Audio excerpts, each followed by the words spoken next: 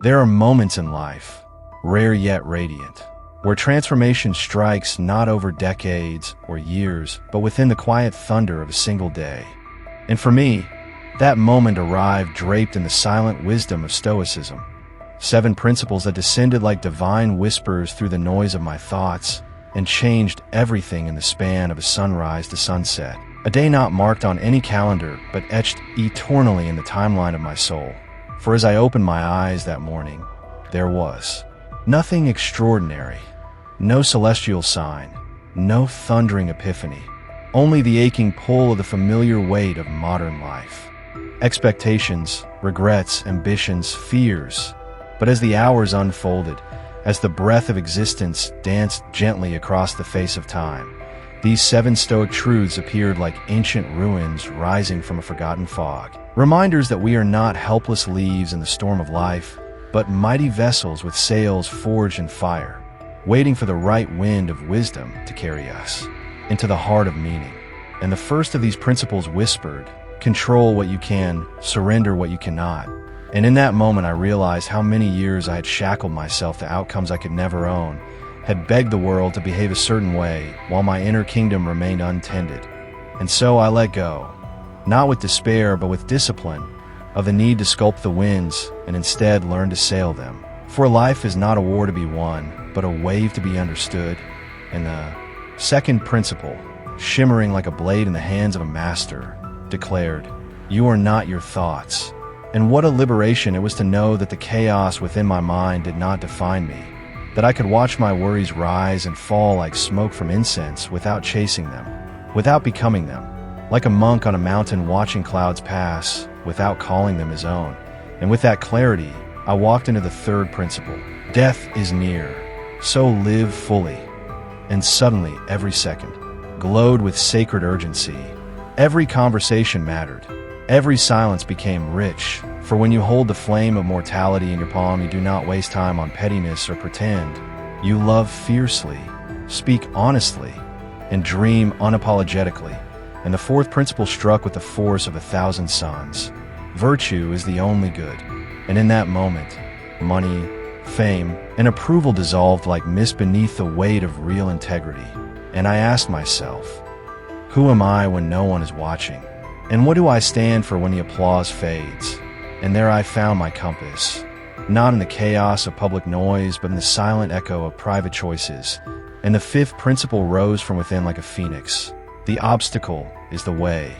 And I saw my struggles not as curses, but as chisels, not as blocks, but as blueprints. And suddenly every failure was a teacher in disguise, every heartbreak a sculptor of character, every delay a divine recalibration. And I learned not to flee from difficulty, but to step into it like a warrior into a storm, knowing it was not there to stop me, but to strengthen me. And then came the sixth principle, the quietest yet the deepest. Happiness is found in self-discipline. And I stopped searching for joy in the marketplaces of the world, stopped chasing distractions, and began building a temple of order within, where habits became holy, where morning routines were sacred rituals and silence was not emptiness but fullness. And in that discipline, I found not restriction but liberation, for freedom does not come from doing what we want, but from mastering what we need. And finally, the seventh principle, the crown of them all, whispered through my bones, live according to nature, not the trees and rivers alone, but the nature within, the rhythm of your soul, the calling you were born with, the alignment with your deepest truth. And as I stood beneath the open sky that night, the stars looking down like ancient mentors, I understood that to live according to nature is to become who you were always meant to be before the world told you otherwise. And in that sacred alignment, I found not just clarity, but peace, not just purpose, but power.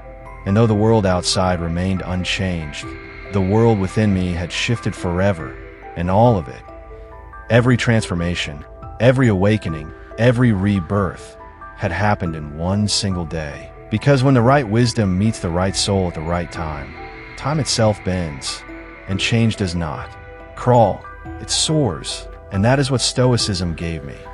Not a philosophy to admire from afar, but a living flame to hold in the palm of my hand.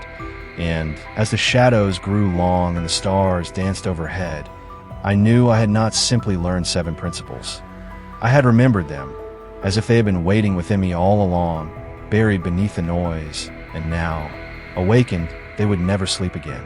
And as the final whisper of the 7th principle settled deep into the caverns of my being, the silence that followed was not empty. It was eternal, a vast stillness where the storms of doubt could no longer rage, where the chaos of the world was not banished but simply became background to a new kind of music, one that plays only in the hearts of those who have truly seen, truly awakened, truly returned home to the self. It is a rare kind of silence, not born of retreat, but of return, not the absence of noise, but the presence of knowing. I sat there in the last golden hush of daylight, my mind no longer racing, no longer seeking, no longer starving for answers it once begged the world to provide. Because the truth is, no matter how far we run, how much we accumulate, how many mountains we climb or empires we build, we are always coming back to ourselves, to that quiet space behind the eyes, beneath the ribs, within the breath. And if we do not tend that space, nothing outside will ever fill us. The Stoics knew this. They whispered it across time, not with fireworks or fury, but with simple, sacred certainty. That virtue is not something we wear, it is something we live. That peace is not a destination, but a decision. That power is not in control of others, but in mastery of the self. And now, on the other side of that single day that felt like 1,000 lifetimes, I see the world through a different lens, not a rose-tinted lie, but a clear, unwavering gaze that welcomes both joy and sorrow with equal reverence.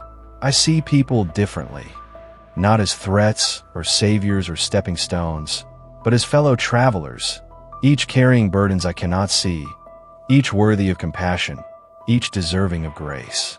I see time not as a thief, but as a sculptor, and even the moments that feel mundane shimmer with meaning when viewed through the eyes of someone who has learned to be fully present. That's what this transformation gave me. Not just answers, but eyes that finally see. I walk now with slower steps, not out of fear or hesitation, but out of reverence for the sacredness of every second. I speak more carefully, not to impress, but to express the quiet truths that once drowned in noise. I listen more deeply, not just to words but to pauses, to silence, to the unspoken tremble behind the bravado. And I no longer fear the hard days, the dark nights, the painful truths, because I have met them before, and I now know they come not to destroy but to deliver. The principles remain with me not as rules etched in stone, but as breath itself, silent, invisible, yet shaping every moment of my becoming. They rise in the morning with me, reminding me to choose gratitude over grievance. They walk beside me in moments of stress, whispering that the obstacle is the path. They hold my hand when fear knocks, guiding me gently to let go of what I cannot control. And they sit with me at night, beneath the stars, reminding me that I have always had the strength, the clarity, the power I only needed to remember. For what Stoicism has truly given me is not a new way to live, but the courage to live as I was always meant to, with discipline, with dignity, with deep, unwavering love for the truth.